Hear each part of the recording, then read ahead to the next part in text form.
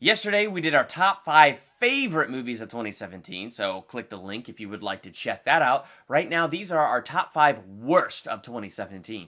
What are yours? Let us know in the comments.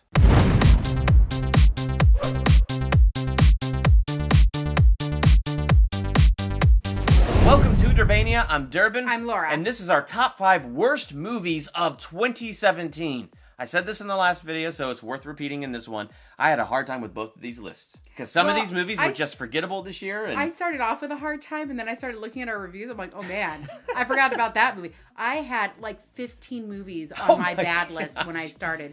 It was very hard. Well, for you me are to a narrow negative it down. Nancy. I am. Whatever. I like it to be good, and if it's not like up to my quality, which is really hard to get there, or it doesn't surprise me, then there you go. That's how it is. There you go. So I have to have an honorable mention because I couldn't narrow it down. I was just kind of bland on some of these, so I don't have an honorable mention, Okay. but go ahead. What's yours? Beauty and the Beast.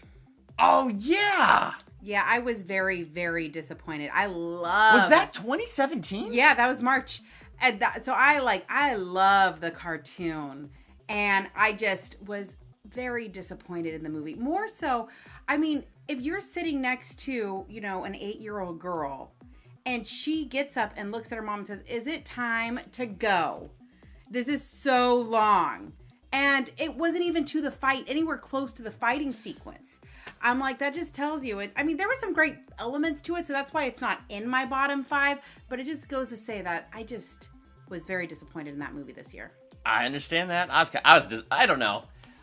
I don't feel like I had feelings towards that movie, positive or negative. It was one of the blah ones That's for okay. me. That's a blah one. But Yeah.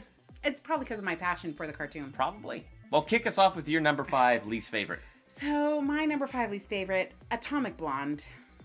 I forgot that one! I just did not like that movie. I was bored. That's my honorable mention. Okay. that fits. I was bored. I was bored. What really was disappointing is the trailer makes it look like this awesome action The sequence. female version of John Wick. Yeah, and I'm like, I guess I went in expecting John Wick, but then when I didn't get it, and I saw it starting to change, I'm like, well, at least I know there's some good fighting sequences coming up because we see them in the trailer. And then in the movie, they switched the music around, Yeah, so and didn't it's fit. like it didn't even fit. It didn't feel epic. It just was So that was just a blah movie, and it got number 5 for me. I totally agree. That was just a blah movie. My number 5 was Geostorm. And that was in my 15, not in my top 5. yeah, I debated where to put this, but I think it's just worth mentioning. Movies like this, I know are bad. And I love things like Sharknado. That's why I didn't hate it, because I knew it was going to be bad. So me, who loves Sharknado, goes into this and found this kind of bland and boring. So that should say something right there. So that's why I put this in my top 5, just because of the disappointment. I went in with the lowest of expectations for this movie, expecting a high-budget Sharknado. And I didn't even really get that. Yeah, only a little bit. Like, you got a little. fourth of it. Okay, yeah, but that's not enough. No, I mean more than we a need a fourth lot of more. Sharknado, at least. It wasn't making fun of itself like Sharknado does. If it did, that would have made it better. I mean, just disaster movies like Twister and stuff like that, even though, you could see that they're bad and not realistic in certain things, but there's still always some kind of fun element to it that, makes them fun to go to, and Geostorm didn't have that for me. Number 4 for me, I didn't want to see, but I did. Nut Job 2. Oh, I forgot it existed. I thought the first Nut Job was boring, and just, what's the point? And I can't believe the second one got made. Probably because I don't know how. I don't either. And then I got a wide release. It wasn't like a straight to DVD thing. It was a wide release. So we went and saw it because I don't think there was anything else coming out that weekend. And so, sadly, that's the movie we saw. And just don't waste your time. Don't do it. And that's going to be my review of that. It's not even on my list because I forgot it existed. And I didn't even remember sitting in the theater watching it. And now that she said it, I have flashbacks of watching it and doing a review even. So I know. Well, that's just that movie. Yeah. My number 4 is The Dark Tower. And this is in my number 4. Again, you forgot about that one? No, it was in my top 15, Okay. but I decided not to use it. Well, that came to my number 4 because, so I knew they weren't really going to follow the books. And I only read the first 2 books. And the second book was really long and really hard to get through. And they only get longer, so I only made it through the second book. But I still liked it.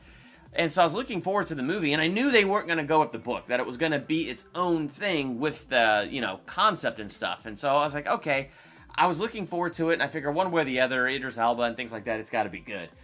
it wasn't horrible, That's why it's not number 1. but I have no desire to see it again or even own it on Blu-ray. And so because of that disappointment going in there, it makes the list. And it's number 4 instead of number 5 because I had higher expectations for this movie than I did for Geostorm, and this one went below, and I was really sad. thought that one was going to be bad from the beginning. I had hopes. So, I really did. I had hopes. That's why I went in with low expectations, so I actually didn't hate it like everybody else did. So my number 3, The Circle. Tom Hanks is an excellent actor, and I thought he did a great job. Emma Watson, I think, is a decent actress, even though I didn't like this or Beauty and the Beast. Really, I just like her as Hermione Granger, whatever. I can admit that. I'm a huge Harry Potter nerd. So, but I just... I mean, there were so many ideas that I thought would be so great and things that we could do, but it just didn't work out that way. See, that was the problem. It had set up to great ideas, great plot points, and great concepts, and then did not follow through on that as best as they could have. Yeah. And so I was a little disappointed with it. I think I'm a little embarrassed because I was the only person that gave it a decent grade. Yeah, you gave it like a B. Because, like, I thought it was intriguing. I did. I thought the story and the idea behind it was intriguing. I did too. I was just disappointed with the follow-through because I was expecting more for this movie because of the actors that they had in it. And well, it's funny because as time went on, I forgot about the movie's existence. Well, it was out a long time ago. Yeah, and so it was one of those that I can remember, like, I was intrigued by it while I was watching it on the big screen, and I knew what stuff wasn't good, but I was still intrigued by it overall. But then, the test of time, I have forgotten about it. Yeah. Well, there you go. Yes. My number 3 is Valerian in the City of 1,000 Planets. That's only number 3?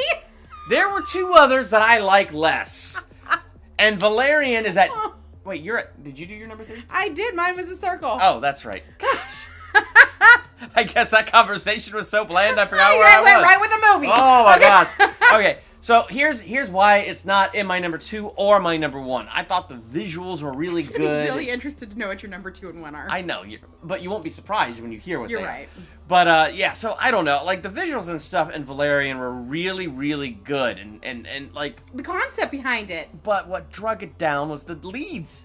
Those 2 leads who are supposed to be lovers, but they look like brother and sister, are leading man. There was no passion between them. I think he was supposed to be like Han Solo, like this lovable, like gruffy guy, who learns the error of his ways and slowly falls in love with the girl. Instead, he came off as a creep from beginning to end. He didn't have any of that charm, and so like the 2 leads and their lack of chemistry together, I think, took that movie and drug it down even more. And I like The Fifth Element, so the weirdness of it didn't bother me. It's just this movie lacked the chemistry and energy. It lacked it. It was poor acting choice. And the thing is, I've seen the actors in other things, and I didn't hate them in the other things. Yeah. So I know they're decent actors. It's just, so whoever told them to act that way, that's the problem. Yeah, see, I like The Fifth Element, so... but that director also directed... The Fifth Element grew on me because of him. I watched it too many times. The director of The Fifth Element directed Lucy, and you and I both did not like that. Lucy. And then we saw Valerian, we did not like that, so I just feel like, I don't know, I'm having a hard time. Oh, well. Oh, well. So, my number 2, The Great Wall. I forgot! Another one! I forgot it existed! That movie it was a train wreck. It was. I mean, there were some awesome things that they could have done with that movie. And I'm like, and I just... And what was that accent that Matt Damon was doing? It was like 3 accents in one. I'm like, why would they make that the character choice for him? I mean, they didn't even say where he was from, so he didn't need that accent. He could have had a normal one. They might have said where he's from, but I don't remember. Oh, yeah, I know. I don't really remember. It came out in February, so that just waste. We saw it in New Zealand while waiting for our plane. I was just like, oh, gosh. I just sat there and I'm like, we should have watched something we've already seen. Yeah. I'm like, that was a waste of our time. It really was. It was rough. Well, I mean, I got a review out of it, so it wasn't a complete waste of our time. Just mostly a waste of our time. Not worth it. My number 2 was Fast 8. Oh, I didn't see that one. Well, there you go. You didn't see it. I did. And I just... Why? Why does this movie exist? Why did it have to be made? Yeah, you don't like any of them, though. No. Well, okay, Fast 5 was almost okay, because in Fast and the Furious 5, it's like they realized how dumb it was. And then they just took it to the next level. And it was like Sharknado. Yeah. They, like, we know this is dumb, and so we're gonna take it to that dumb level and have fun with it. But even then, I couldn't get behind the idea that these guys are hailed as a superhero team when they drag a safe through the city and kill thousands of those innocent people. That's not the 8th one, though. That's the 2nd one. I saw that. I know, that was the 5th one. 5th one, just kidding. But yeah, but in terms of the 8th one, no, it was just the same thing. I didn't like it. The timeline, the fact that what's his name? Not Val Kilmer. Vin Diesel? Vin Diesel. I thought you were going to say Charlize Theron, which is a disappointment. She was in this movie, and I like her as an actress, except for, she was in one of my other top 5 negatives, because she was Atomic Blonde. I've been working so hard, I can't believe I almost said Vin Diesel over Val Kilmer over Vin Diesel. Oh my gosh, I am exhausted. I need more caffeine! I can't believe that Vin Diesel had a child as young as that child was, because given the timeline of him being with that girl as set forth by the films and the age of Paul Walker's kids in the 7th film, the child should have been much older, and they just decided to ignore that. You kind of told me about that. I didn't see the movie. There's only one scene that I liked. It was Jason Statham. He was on the plane, and he was fighting everybody. Yeah, but you like anything that's like fighting. No, he's protecting Vin Diesel's kid, and the way the kid interacted with Jason Statham and the fight scene was stinking hilarious. Oh. But that's overshadowed by the fact that it made no sense that Jason Statham, who killed the most beloved character in the entire franchise and was an enemy to everybody, was all of a sudden their friend. So, all this stuff is just... I don't know. I'm sorry. I don't just dislike Fast 8. I passionately dislike it. And I can't believe more movies are coming, but there's a lot of trouble behind the scenes. So here's what I say. May that trouble persist and may it all get canceled. My gosh! And if you like it, sorry. Yeah, if you like it, I'm sorry. In fact, I understand why you like it. I'm not trying to bash you if you like it, and that's fine. I have close friends that like it, and while we have this difference of opinion, that's okay. It's cool to like it. I'm just saying, for me, on a personal level... Well, with that said, if you can't guess by my reaction of his number 3, my number 1 is Valerian. Wow. That's your number 1. It was bad. It's because it was bad, but I knew it was not number 1 bad. All the movies were so blah. Yeah, I know. This one just irritated me. I can't, I know I had another movie this year that I came home mad because it really pissed me off, and I can't remember what movie that was. So that would probably be number 1. If I could remember what it was. But we're going to stick with Valerian, because Valerian just was bad. Waste of money. Waste of time. Don't waste your life on it. My number 1? Transformers 5, The Last Night. Oh, I didn't hate that. I mean, it wasn't good, but... It was just stupid. Valerian was worse than that movie. No, Valerian, to me, was more boring than that movie. This movie... How do they keep making movies? How do they keep making money? I mean, my gosh, you see it all over the internet. The majority of people that watch these movies don't like them, but I guess it's because people like me who review these movies on YouTube are part of the problem, that we actually vote for it by giving it our money. Oh my gosh, I don't know. I want to get as passionate as I just did about Fast 8, but here's the problem, and here's why it's at number 1. I have blocked it from my memory. There's just so much that is gone. I remember a total waste of Anthony Hopkins. That could have been awesome. Oh my gosh, yeah. I forgot he was even in it. Yeah, and this one... And Mark Wahlberg, I'm kind of surprised he does it, but it probably makes him good money. And I do remember when they were on the moon on that one, right? At the end. No. Was that the moon, or no, was that was the chunk third of... one. No, so then what were they on that was rising in the air? A piece of the world? It was a repeat of the third one where they're bringing their planet back. That's it. Okay. And it was so when they were on the planet, moon, planet, whatever. When they were on it, I do remember thinking, oh, that character died. Oh, that character's missing. Oh, that character didn't make it up there. And then there they are. And wasn't Optimus Prime missing forever? Yes. And somebody else was missing forever. And they were there with them when they started. So it made no sense. Optimus Prime is gone from Earth in the action the entire time. He comes back. I'm talking about when the fighting starts. No, I know. I'm getting to that. And he comes back to the Earth evil, which would have been a fantastic plot line, except he's evil for 5 minutes, and then Bumblebee speaks, and it undoes it. Yeah, and but then, that's a good way to undo it. Whatever. Because Bumblebee's We only got 5 minutes of an evil Prime. Yeah, that's true. then, when he's good, he leaves. I can't even remember why. It's been that long. I don't remember why. I just remember how stupid it was that he leaves. I really don't remember. In the middle of the action. And I think he brought the Dinobots or some other bots back with him, or the Dragon Bot. I don't know. He bought. Honestly, it doesn't matter. He brought help or something. But the point is, it was dumb that he was gone for as long as he was, when all the army, the troops, everybody was like depending on him to show up at this time, and he's like fashionably late just for the purpose of adding tension to the movie. I really don't remember that at all.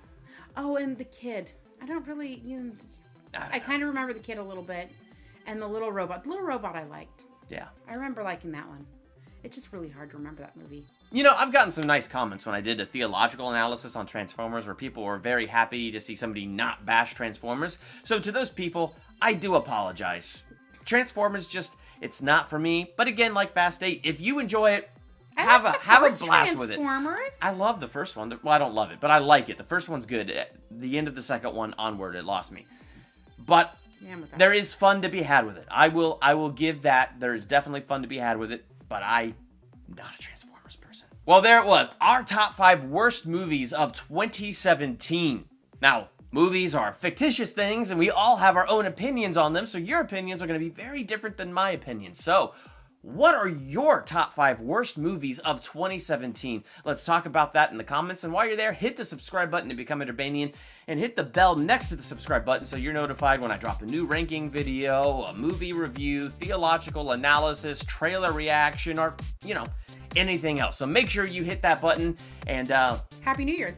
Yeah, I can't believe it's 2018. That sounds like the just far a couple future. days. Oh my goodness. Well, Happy New Year's. I'm Durbin. I'm Laura. Thanks for checking out Durbania.